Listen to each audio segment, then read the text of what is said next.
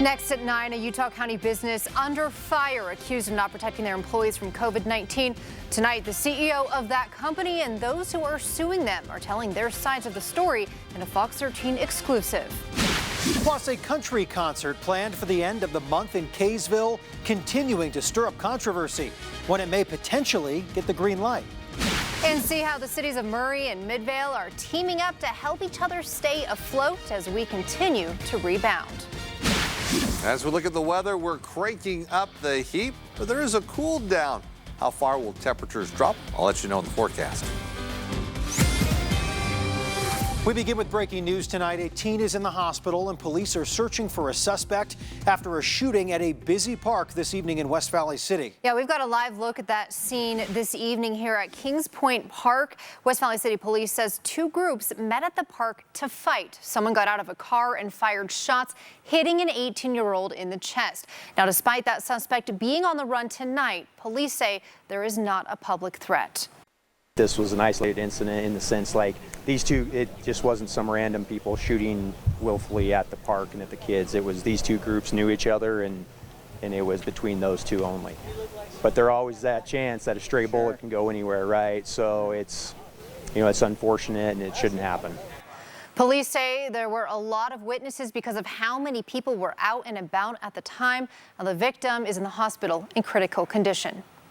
Now to our other top story tonight. For the first time, we are hearing from the CEO of a Utah County protein bar company accused in a lawsuit of not protecting employees from COVID-19 and threatening to fire anyone who talked about it. Yeah, Fox 13's Sydney Glenn was the first to break that story yesterday. She joins us live now in American Fork with a story you'll only see on Fox 13. Sydney. The CEO and co-founder of Built Bar says the allegations in this lawsuit that his company put his employees at risk is not true. But the employee who currently works here and a former employee who is suing the company says otherwise. It's really a death sentence for employees, particular employees that go home to a child that is susceptible or more susceptible to illness or injury. Victoria Flores is suing her former employer, Built Bar, claiming they didn't protect her against COVID-19, endangering her and others. Her daughter is now home and on oxygen after her second stint in the hospital because of the virus. We caught up with the company's CEO, Nick Greer, today. So did you guys make mistakes? Did you endanger your employees? Do we endanger our employees? Absolutely not. We spoke with another Built Bar employee today. He doesn't want us to show his face for fear of retribution. I had the virus. They told me not to say anything at all, to stay quiet. He backs up many of Victoria's claims. We asked Greer about this. The company provided us this text message telling employees not to say anything because of a medical privacy law called HIPAA. Greer says he thinks this was taken out of context. He admits there have been cases of COVID-19 here. We did get hit early on with nearly 6% of our workforce being affected by COVID-19. Another major allegation is when Victoria came forward asking for help from HR. That's when her lawyer, Juan Gutierrez, decided to join the case. The tipping point for me was when she notified me that she had notified the company of the serious concerns that she had. And then she said that she had an email that she had written to HR. You look at the week that transpired, there were a lot of emails coming in for all sorts of different things. And I'm sure a lot of businesses actually had similar situations. Yet Nick says they did take what Victoria said into consideration and shortly after closed down to clean. Victoria's lawyers claim Built Bar put profits over people. Shortcut for a buck shouldn't be tolerated. Nick says otherwise. We were very proactive in ensuring the safety of our people. So Victoria no longer works here at Built Bar. She was terminated recently, but the co-founder and CEO tells me she was part of 40 people that were laid off, and this happened well before they knew anything about this lawsuit. We also did ask him if this is one of two Utah County businesses accused of defying COVID-19 guidelines, causing almost 70 people to get sick. As you probably know, we have been asking the health department to release that information. He tells us he is not aware of that, and he certainly hopes not. He tells me he's not even aware of any sort of health department investigation happening here. Live in American Fork, Sydney Glenn, Fox 13 News, Utah. Thanks, Sydney. Well, now to the latest COVID-19 numbers. More than 7,000 people have tested positive for the virus. That's after 155 more cases were confirmed since yesterday. One more Salt Lake County woman has died from coronavirus, putting the death toll now at 78. Just under 3,900 people have recovered. Over 166,000 people have been tested. Well, much of the state of Utah is now in the yellow for COVID-19. Yeah, it's part of the color-coded risk level for the novel coronavirus. Under an executive order by the governor, a lot of the state moved to yellow.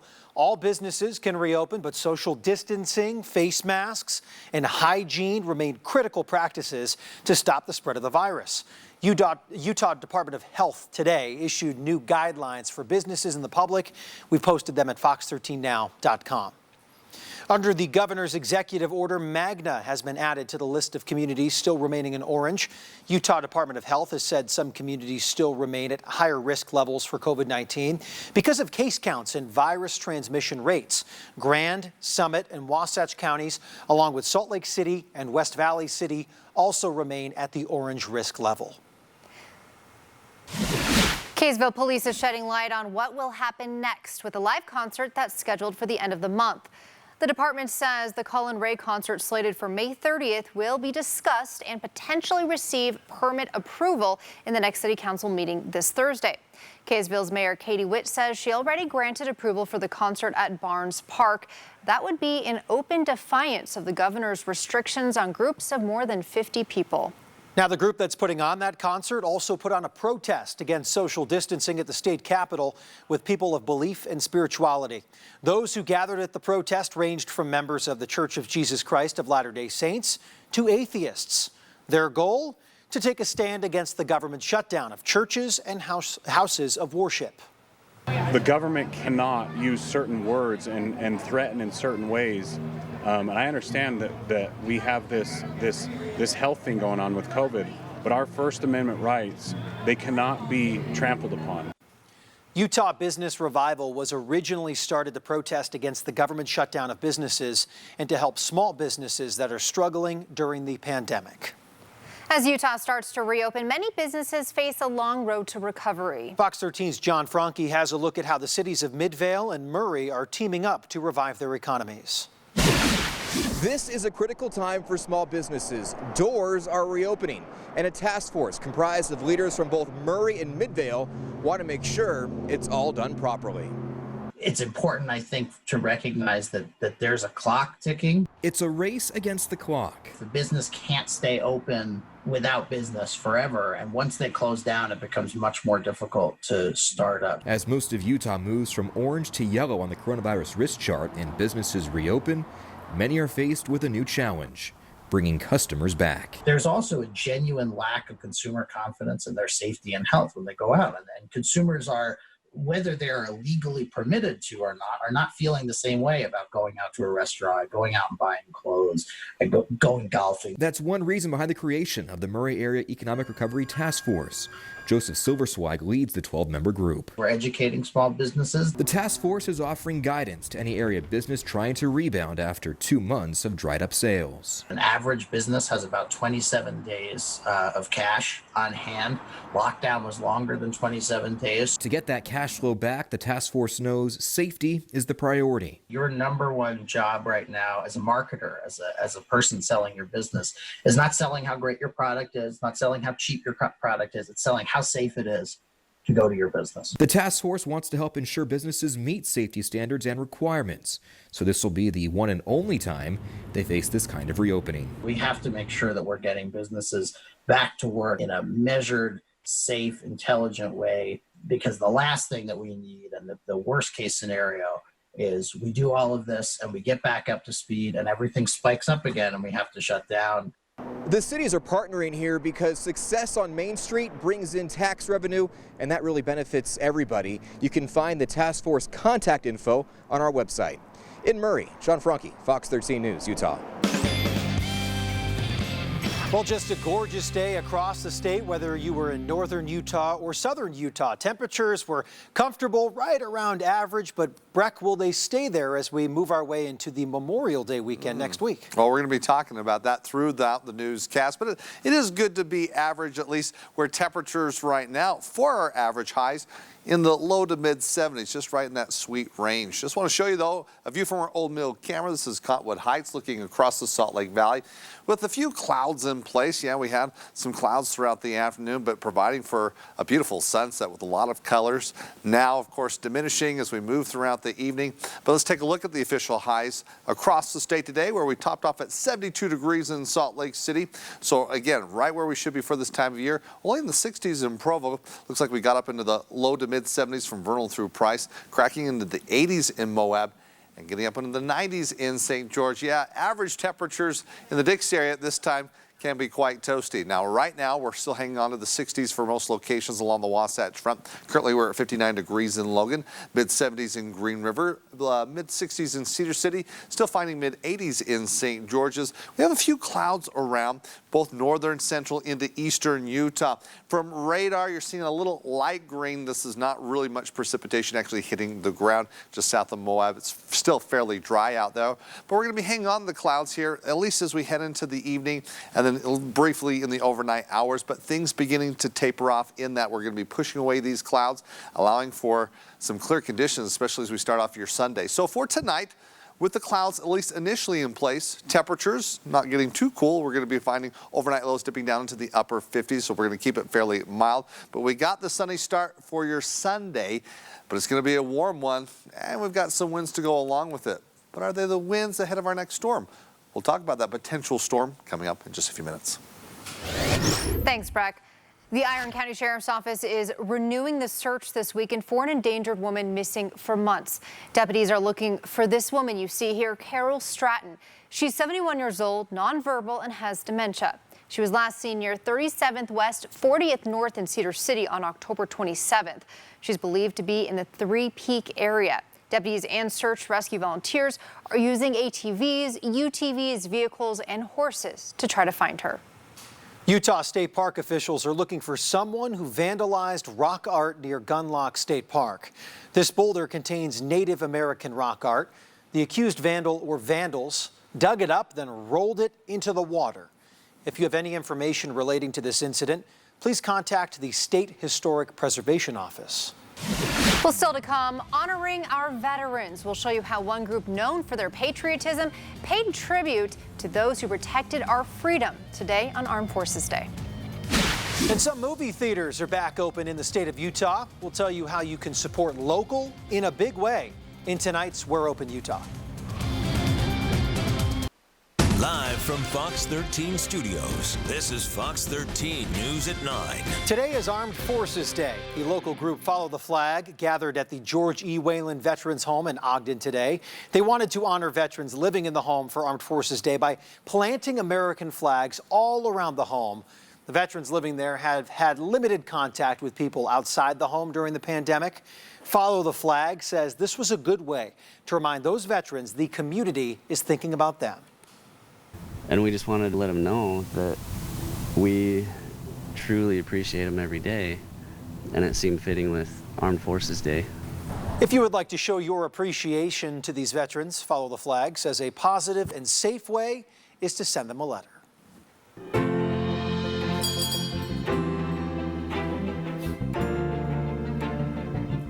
Fox 13 News is continuing to shine a light on businesses trying their best to stay open right now. It's part of our We're Open Utah initiative.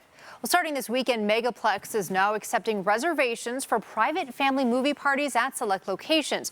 For $375 plus tax, families up to 20 people can enjoy one of several recent or classic films on the big screen, complete with 20 large popcorns and 20 large soft drinks. And this was really driven by our guests through social media channels, letting us know that they missed us as much as we missed them and that they wanted to come back. And so we did the best we could to create a package that would create a safe and fun environment to have that movie magic again. All of the seats and surfaces in the auditoriums are sanitized between each showing. Theaters offering these parties include the Megaplex theaters in Centerville, Lehigh, St. George, and South Jordan. Now, for details on making a reservation for your family, head over to fox13now.com.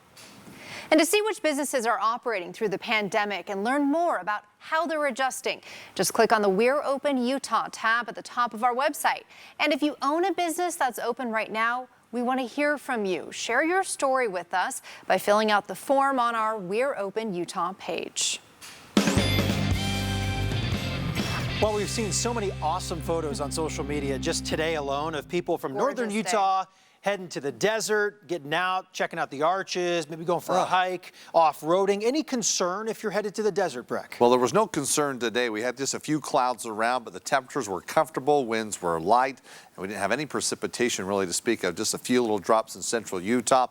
As we're going to be talking about tomorrow, we start to see some changes, but bigger changes as we continue on the 7-day forecast. We'll show you that in just a few moments. But taking a look outside right now, we've got temperatures in the 60s as we give you that view from the Tooele Valley where it was a beautiful sunset, highlighting a few clouds still out there.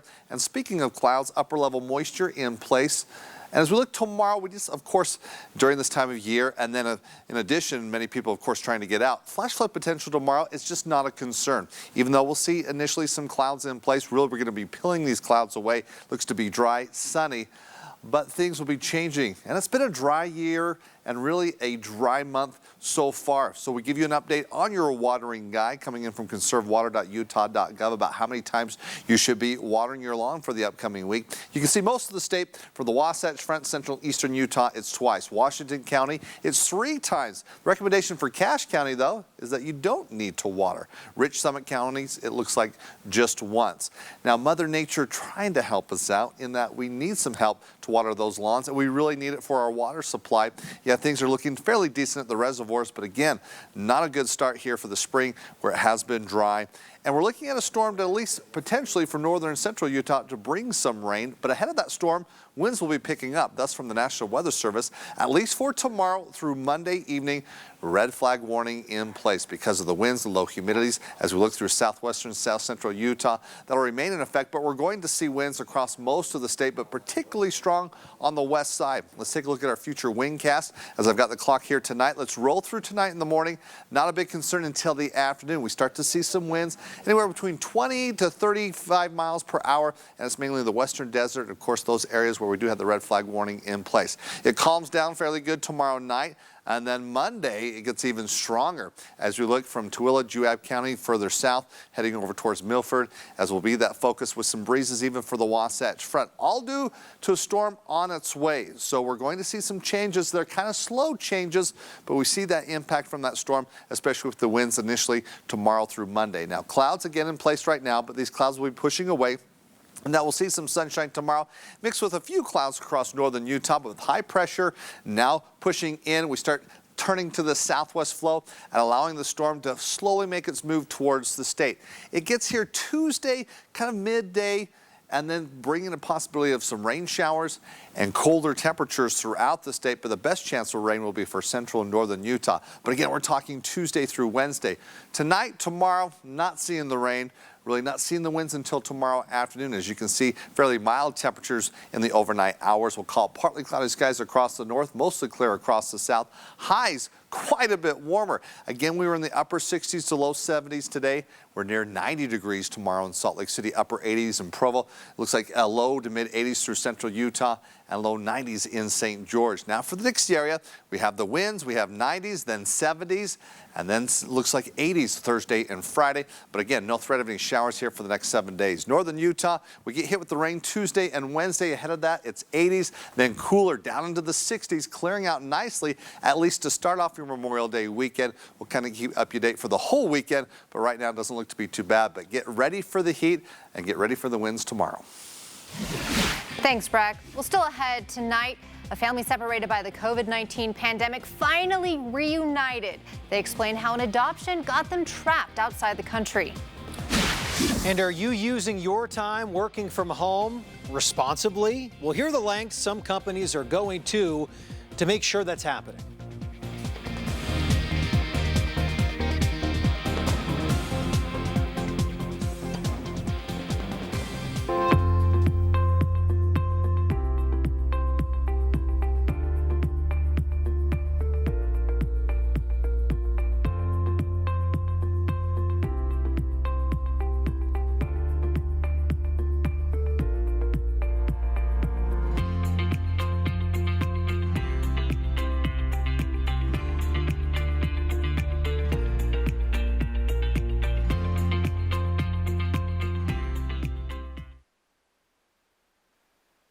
You're watching Fox 13 News. Let's connect.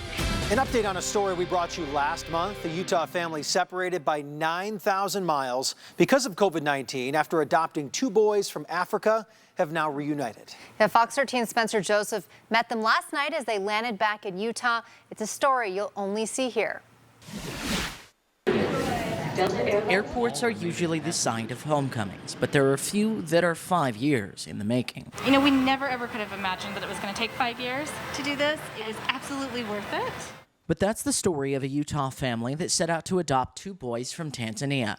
Tanya and Mark started the process 5 years ago, and 3 years ago, Mark moved to Africa full-time to be with them. When it looked like they were going to get to come back home, that's when the COVID-19 pandemic broke out, stopping the process in its tracks. But after months of waiting, on Friday night, they landed at Salt Lake City International Airport and are home for good. It's going to be a little bit odd, actually, to be together all the time. Yeah, obviously Tanya's been there off and on, but not full time. With help from the governor's office, elected officials, the embassy in Tanzania, and many, many others, it was finally possible to get visas and fly them home. Now, 2 new citizens today, huh? Yes. Once they went through border control, they became citizens. For them, COVID-19 was a worry while being abroad. You don't know how bad it's going to get, and their healthcare system is not as advanced. It's a lot more comforting to be here. Upon arriving home, many of their friends and family gathered in a parade to celebrate their homecoming. And through it all, when asked what they take away from the journey, they said, never give up when it matters most. You know, we've got 2 precious boys now, and if you have something you believe in, to keep going after it. Keep your promises, because part of the reasons we persevered is we promised, especially this one, that we were going to come back and get him, and we kept that promise, you know. I don't know what I could have done, how I would have felt if we had left him there. Spencer Joseph, Fox 13 News, Utah. Ahead in our next half hour, could hazard pay for some essential workers be running dry? We'll take a look at what could happen and why some people are pleading for the extra cash to keep coming. And we'll show you how one local group is helping some of the most vulnerable people find hope as they rebuild their lives.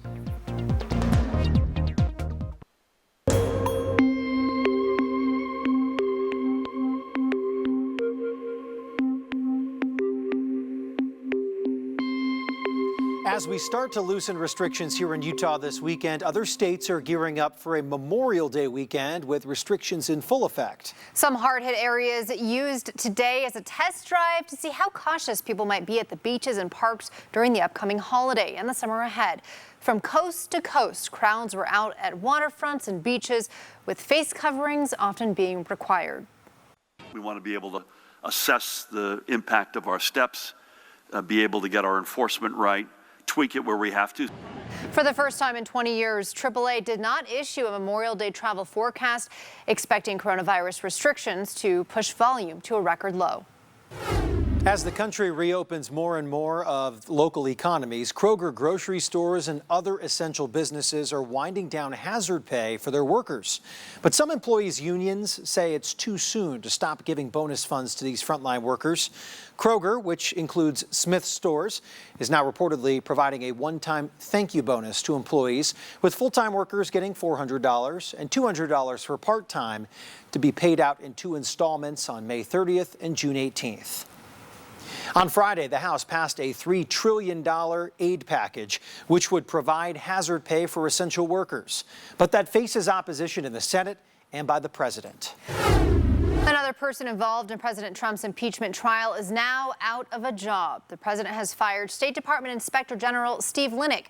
In a letter to House Speaker Nancy Pelosi Friday, Trump said he doesn't have the fullest confidence in Linick. Utah's U.S. Senator Mitt Romney tweeted about the situation, saying the firings of multiple inspectors general is unprecedented and is a threat to accountable democracy. Walmart shoppers, listen up. Walmart now rolling out its express delivery service here in Salt Lake City. Now you can shop for everything from groceries to toys and any other essential items and have it delivered to you in less than 2 hours. Customers can access the service via walmart.com/grocery or the Walmart app. Well, are you using your time wisely while you're working from home? As you might imagine, some people are not. They may be hitting the golf course or headed out for a road trip, and companies are cracking down on that. Dorian Bond, a private investigator based in Arizona, says companies are hiring his team to check up on employees who are skipping out on work during the pandemic and treating this time as a paid vacation. A top executive was having a relationship with a subordinate, and they were Zooming from the same house, but in different rooms. If I get the call, they're pretty sure it's happening. They just need the documentation evidence, so when they decide to go with the termination, they have the proof. Bond's best advice, don't just play hooky and try to get as much work done as you can, because companies will take that into consideration during a performance review. Still to come, Utahns are watching history unfold in front of their eyes. When we come back, we'll take a closer look at new plans to document the COVID-19 pandemic as it happens. This is Fox 13 News. A new Utah charity aims to help some of the most vulnerable people in our state. Fox 13's Kelly Chapman looks at how they're writing a new chapter of hope for sex trafficking victims. And a common theme among survivors is a lack of resources here domestically. Statistics show there are more than 1 million victims of sex trafficking in the United States, but only around 1,000 spots and programs to help them recover. And that's why we exist.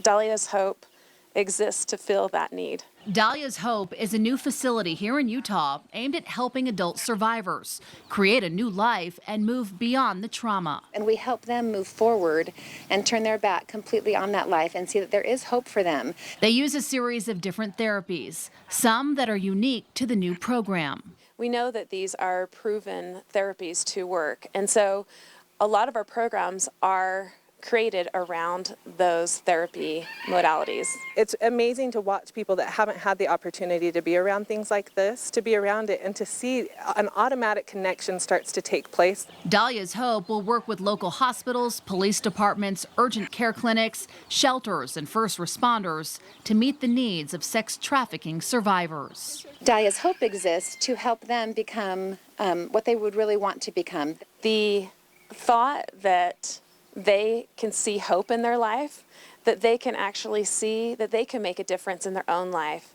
that they have a life worth living, that they're self-reliant, that they're successful.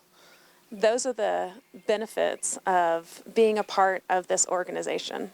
The organization runs off of donations and help from the community. It's not just about getting them away from the trafficker and having them be independent. It's also allowing them to have the resources to create that life that is self-reliant, that is successful, that really meets the goals of what they want to do in their own life. If you would like to help, you will find a link to donate on our website, fox13now.com. Kelly Chapman, Fox 13 News, Utah. Survivors, or those who know a survivor of sex trafficking, can call the National Human Trafficking Hotline. That's 1-888-373-7888 on the screen here, or contact Dahlia's Hope at 801-885-6294. Now, we'll also have those numbers on our website, fox13now.com. We are living in historic times. The COVID-19 pandemic has changed everything about our lives. Now, Utah's historians are launching a new idea to document it using children's voices and experiences. Fox 13's Ben Winslow has the story. This is pretty new. Yeah, I feel like this is pretty special. The Utah Division of History is recording life experiences during the COVID-19 pandemic from the perspective of our children who've been asked to fill out surveys about their lives. There's questions based on society, family life, school life, extracurricular activities. The state hasn't done anything quite like this. There were some surveys done during the Great Depression to document life for archival purposes. Children now are living in a historic moment. But then we ask them about how their home life has changed.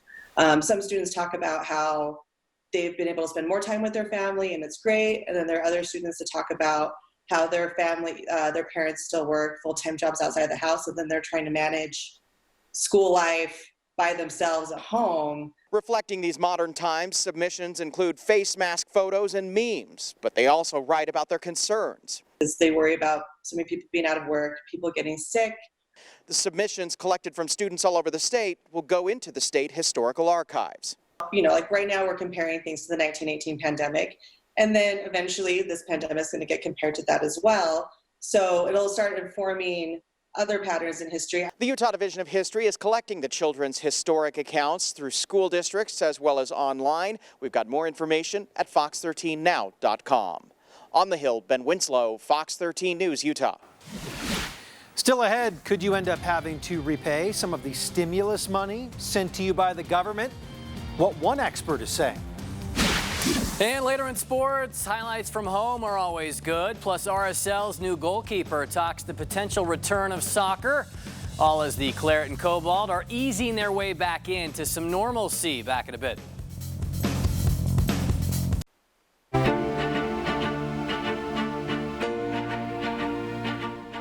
From the pandemic, the nation's deficit is now in the trillions of dollars, thanks in part to multiple stimulus bills. Maya Rodriguez spoke to an economic expert who says the government is going to eventually need to get that money back.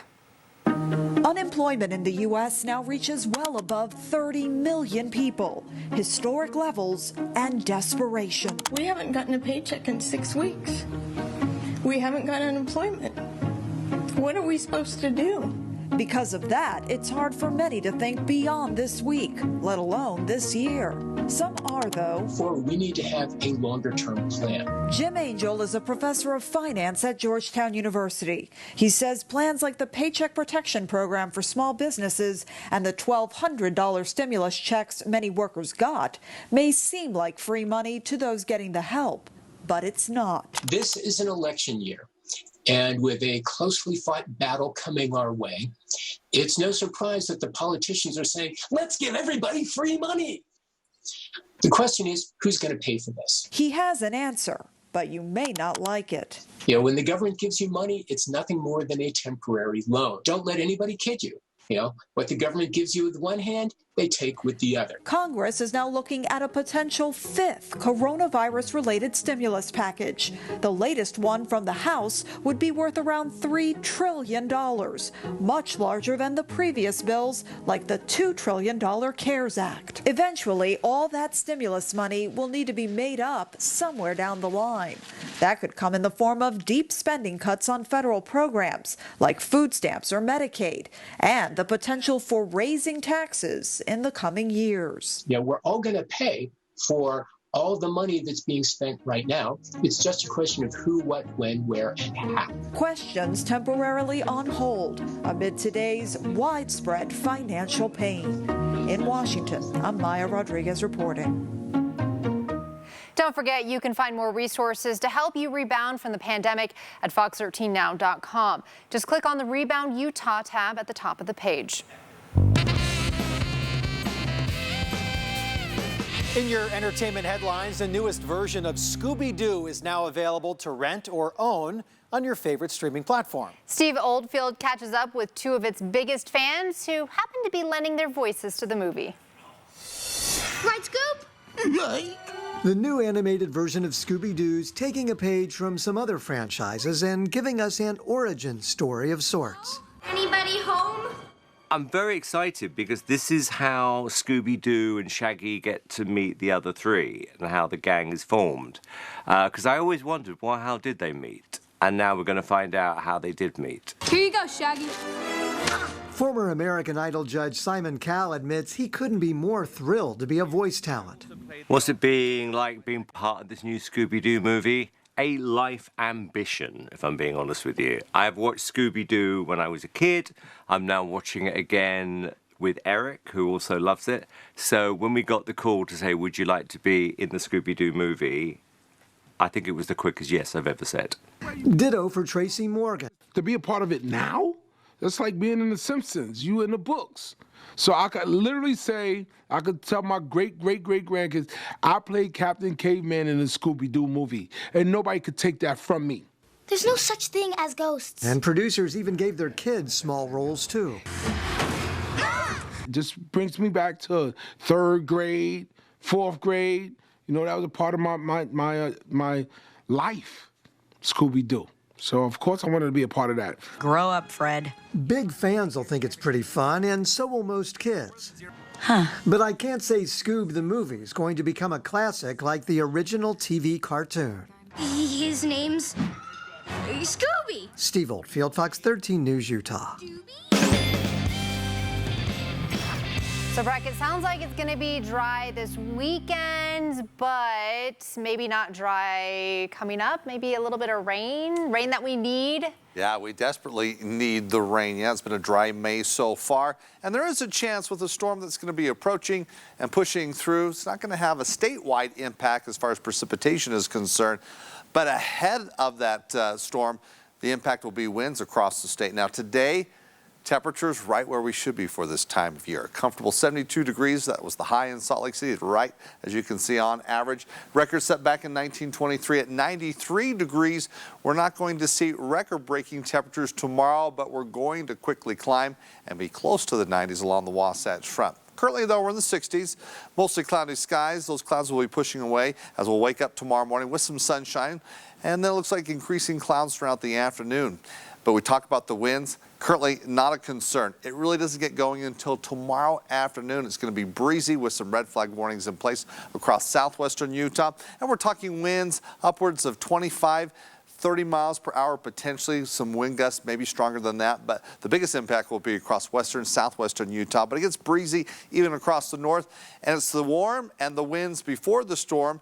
But this storm that's approaching is going to be a slow mover. Yeah, it's going to get here probably by about Tuesday and bring a possibility of some showers, as I mentioned, for northern Utah. So big changes as we look towards the middle of the week. There's the storm, the culprit, which will bring some wet weather, but also bring in those winds come tomorrow. Thus, temperatures quickly climbing.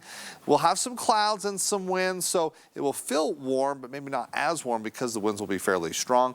But that high pressure will quickly move on, ushering in that cold front. And let's talk about that front and the timing of it all, where for tomorrow, as we take a look at the computer models, moving the clock tonight through tomorrow morning, again, we're waking up with the sunshine, not a lot of cloud cover. We start increasing clouds throughout the afternoon, holding on to the winds, not only tomorrow, but through Monday as well. There's the front. Seems like it's moving, but it's slow even as we transition from Sunday into Monday night as well. On our doorstep, yeah, we begin to see its impact, where again, most of the precipitation for western, northern into central Utah, and then moving towards southwest Wyoming, looks like late Wednesday into Thursday, where it'll exit the state as we look by Thursday, and keeping things dry, at least to start off our holiday weekend. That's next weekend. Let's focus it on tomorrow, where, as I said, it's going to be warm with temperatures starting off as we look at your hour-by-hour forecast for the Wasatch Front in the 60s.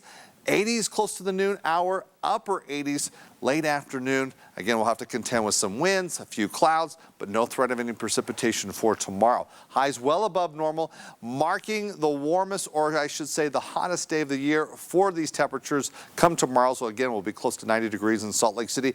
Mid to low 80s for Vernal and Price, 90s in Moab, once again in the 90s in St. George, where we're looking at mostly sunny skies tomorrow. Winds, though, through Monday. And then as we head into Tuesday, we start to see that cool front bring in those cooler temperatures. Now, as I said, chances of precipitation across the south, just not there. We'll see 70s through Wednesday and then returning back into the 80s as we head into the holiday weekend. And for northern Utah, yeah, we get a shot in the arm with some moisture. Tuesday, a possibility of some rain. Better chance of seeing some showers and even some thunderstorms on Wednesday.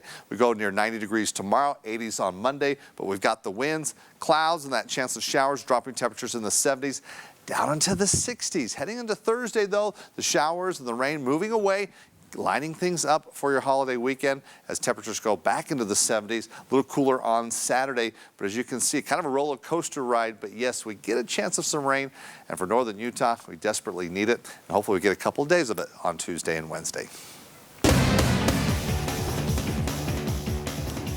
RSL's replacement for Nick Raimondo in goal, Zach McMath, only got 2 starts in before play was called off. Real Salt Lake has since been able to train again in social distancing fashion, of course, as Major League Soccer continues to ponder its future. McMath taking things slowly as he continues to figure things out himself. It's tough to tell what is actually safe still or what isn't safe. And you know, while there are the protocols we have now, once we get to phase 2 and phase 3, is that still considered safe, or will we know it's safe before we do it? So it's like everything else, where there's a lot of questions and unfortunately not a lot of answers right now. There is a path to returning to a season, but I just don't know. I don't know if it's going to be safe enough, or if we're going to have to take on a little bit of risk health-wise. And if that's the case, can you get the whole league on board with that, along with, all the different health departments that have to approve it? The future remains uncertain for a couple of baseball teams here in Utah. The Pioneer League begins every June, but for the Ogden Raptors and Orem Owls, this upcoming season might be the least of their worries, with baseball seriously talking about downsizing in the future. Both rookie league teams could soon be unaffiliated with major league clubs if the chatter is true. As for now, the owners of both are fighting to stay linked to the Dodgers and Angels, respectively. I spoke with Orem owner Jeff Katofsky this week, who says he's confident the Owls aren't going anywhere. I fully expect that the Owls will continue to have an affiliation with Major League Baseball next year and for years to come. In the end, I've heard nothing different. It may change contractually. In fact, it will change. It will change contractually between minor league and Major League Baseball as to what that looks like between us on a business level. But I don't think the fan will see a difference in the end, because everybody's interested in keeping the fans happy. And it's another round of highlights from home. If you tuned in at 5, we showed you the Allen family dazzling the water bottle. Turns out they're magicians with just about any kind of ball as well. Quentin, 12, and BJ, the dad. I'm not sure how you even dream up some of this funky stuff, let alone actually nail it. A couple of modern-day Houdinis for sure. But they're not the only ones. How about Michael? Can't see the basket, mind you. I don't care what age you are. We all love to dunk. For me, it's Oreos. This little win boy learning early. Speaking of hugging the rim, this poor guy nearly brings the whole darn thing down and then takes a breath, realizing he's still alive. To the Lynx, Mim with just enough to clear the drink at Wasatch Golf Course. St. George's Dennis Rose, now referred to as COVID Man, after completing the Ironman in just under 17 hours. Congrats. And finally, my man Gavin Bird, representing Blitz FC in quarantine. Perhaps all this chap needs is his own feet textbook. If you want to be on, email sports@fox13now.com. Listen, keep them coming. They're inspiring, Brian. It makes me want to get outside, go do something with my life. Fortunately, make myself. Doing something tomorrow, live sports right here on Fox. NASCAR, 1:30. We'll be looking for that. We'll see you on Fox back, 15 Live at 5 after some live sports right here on Fox. Thank you, Morgan.